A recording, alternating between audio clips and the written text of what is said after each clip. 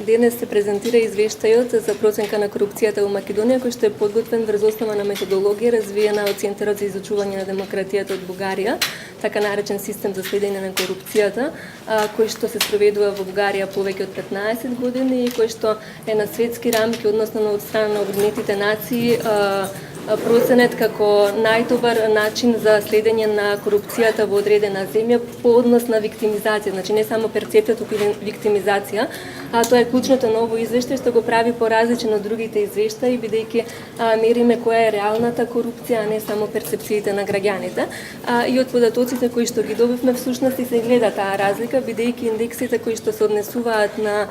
перцепција се значително повисоки од индексите кои што ја мерат реалната корупција, што треба редовно да се има во предвид, иако понатака мерењето на промените е различно за индексите на перцепција со индексите на самата реална корупција. Во однос на распространетоста на корупцијата, во Македонија корупцијата не е на првото место, не е ниту меѓу првите три проблеми на граѓаните, тоа се пред се невработеноста, сиромаштијата, потоа ниските примања и високите цени, дури корупцијата е на петтото место. Што е исто споредбено со 2002 година кога е направено слично вакво истражување, меѓутоа во тој период наместо високите цени и ниските примања, пред корупцијата се нашле уште и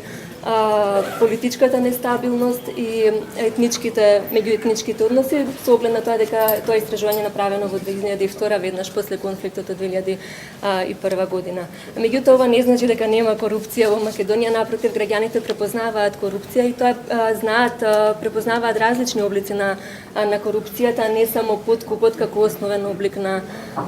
корупција. Голем дел од граѓаните, односно 2/3 или 63%, сметаат дека државните службеници се корумпирани. Понатака, она што е интересно, и зошто треба да се прави разлика меѓу перцепција и самата реална корупција, виктимизација, например, дека врз основа на перцепција цариниците и судиите се први професии кои што се перцепирани како најкорумпирани, меѓутоа не се тоа и кога станува збор за директна вклученост во корупција. Тоа се пред се лекарите, потоа службениците, општинските службеници и така натаму.